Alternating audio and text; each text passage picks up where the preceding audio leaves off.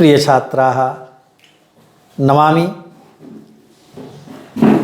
छात्राः अद्य संस्कृतवर्गे दिव्यवाणी नामक पाठे सर्वेषां स्वागतम्।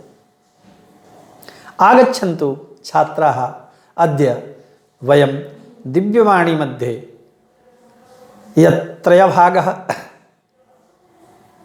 वेदरहस्यम्, उपनिषद्वचनं, गीतामृतम्। अद्य वयं गीतामृतं मध्ये प्रथमश्लोकः पठामः। कथनस्य तात्पर्योऽयं षष्ठीभागे यत् दिव्यवाणी मध्ये चतुर्थश्लोकः गीतामृतम्। आगच्छन्तु सर्वे। उद्घाटयतु देवभाषा पुस्तकं। पुस्तकं देवभाषा उद्घाटयतु। देवभाषा पुस्तक मध्ये 20 पाठः, पेज 6060। छात्रों, पहले हम लोग दिव्यवाणी में 2 मंत्र वेद रहस्यम का पढ़े। उसके बाद उपनिषद वचनम में क्लास 6 में एक ही मंत्र है, बाकी क्लास में 2-2 मंत्र हैं। इसलिए एक मंत्र के बाद यथोर्णनाभि सृजते गृह्णते च, इसके बाद हम लोग गीतामृतम में प्रवेश करते हैं।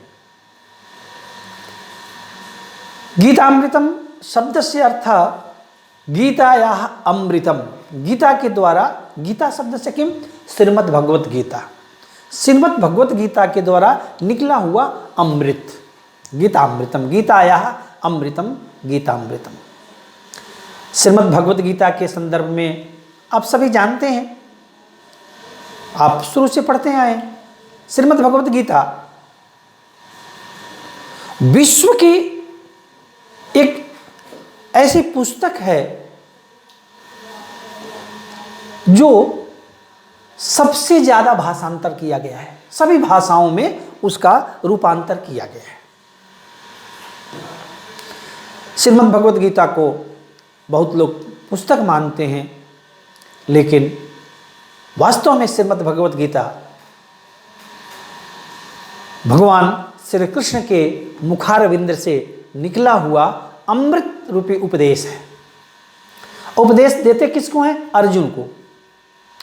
कृष्ण अर्जुन को उपदेश देते हैं। अर्जुन शंका करते हैं और कृष्ण उसके समाधान करते हैं।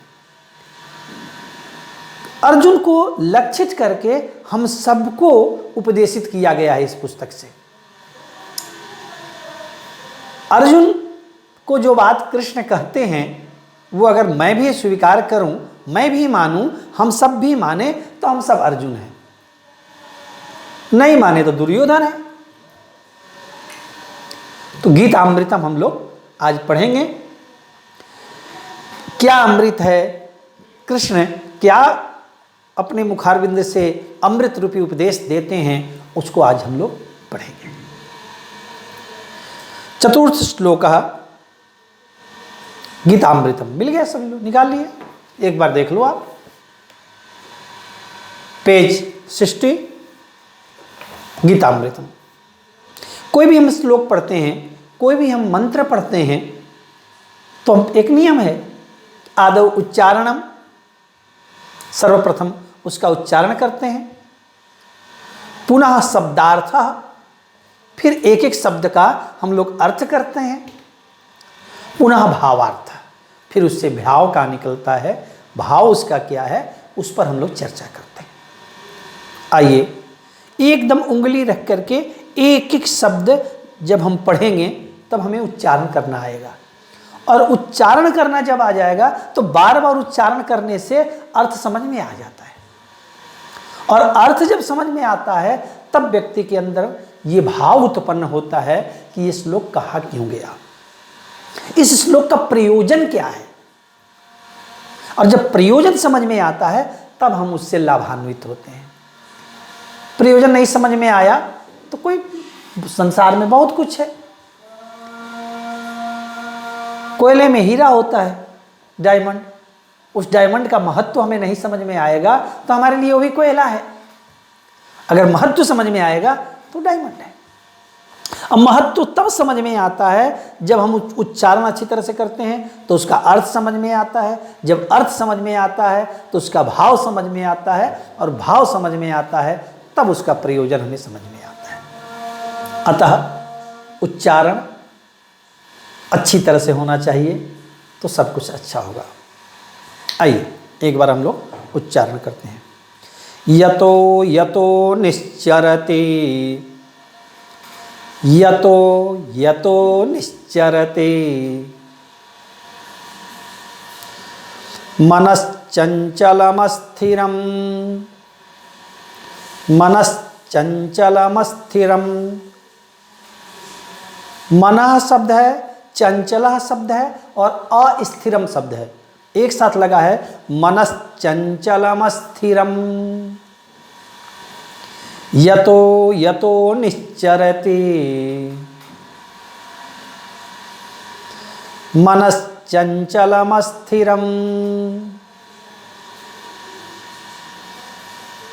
यतो यतो निश्चरति, मनश्चंचलमस्थिरम्। एक साथ ये पूरी लाइन। ततस्ततो नियम्येतद्, ततस्ततो नियम्येतद्,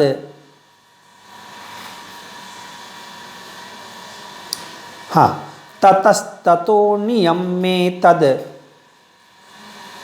आत्मन्नेव वशं नयेत्, आत्मन्नेव वशं नयेत्। यहाँ संधि हुई है, ध्यान दीजिएगा। ततस्ततो नियम्येतद्, द इधर जाएगा, आ बजेगा, बचेगा।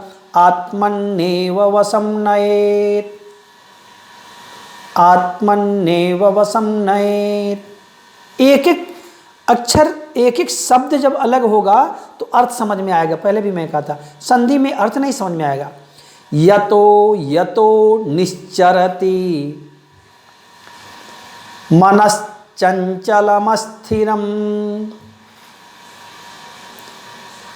ततस्ततो नियम्येतद्, आत्मन्नेव वशं नयेत्। प्रायः सबको पढ़ने आ गया होगा। आइए फिर एक बार करते हैं उच्चारण। यतो यतो निश्चरति, मनश्चंचलमस्थिरं,